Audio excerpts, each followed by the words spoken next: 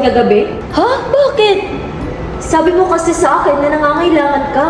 Hindi ako nanghihiram ng pera kahit kanino. Talaga ba? Pinadalhan ko pa naman yun. Paano na yan? Hi Dan, okay ka lang? Actually, hindi.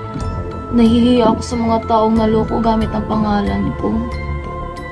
Yes. Don't blame yourself. Victim ka rin.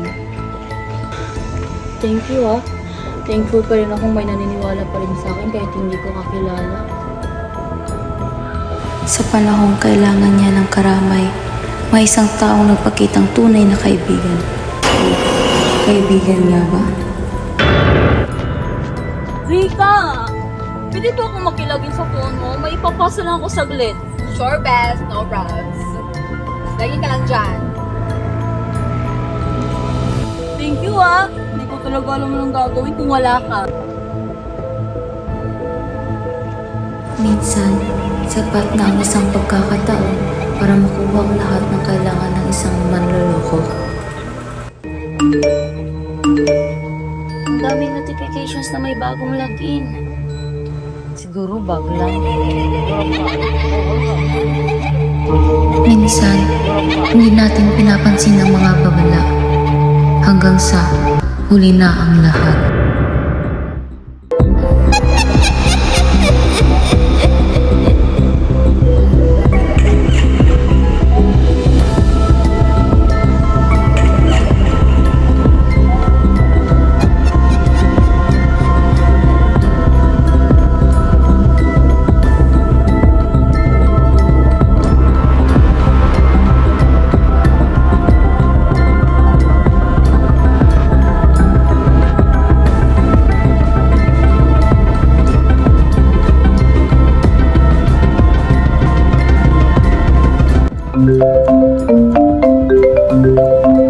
Ikaw ba si Danny?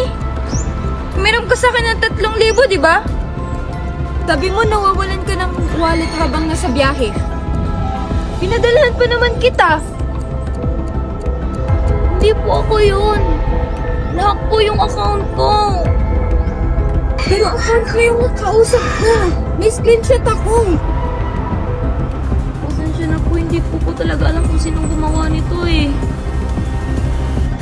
Babayaran ko na lang po. Sorry po.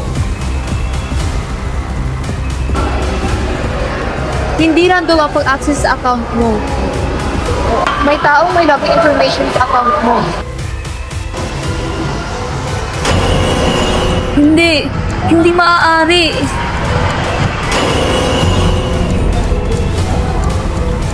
Rika, may gusto akong itanong sa'yo. Bakit phone mo ang lumalabas sa security alerts ko? Ikaw lang ang pinagkatiwalaan kong paglagyan ng account ko. Hindi ko maintindihan. Bakit nakayanan mong gawin yon? Pinagkatiwalaan kita. Tinuring kitang kaibigan.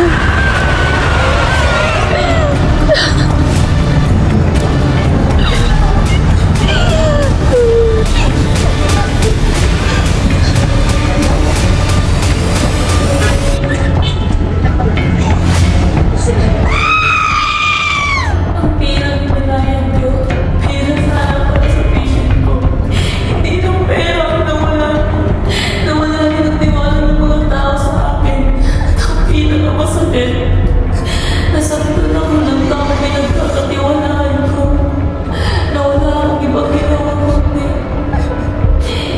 kundi pagbigyan sila sa lahat ng gusto nila.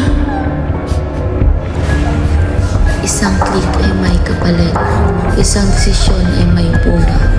Piliin ang katotohanan, huwag ang panlilinlang. Dahil ang tunay na etika, online man o sa tunay na buhay, ay makikita sa pagpili ng tama kahit walang nakakakita.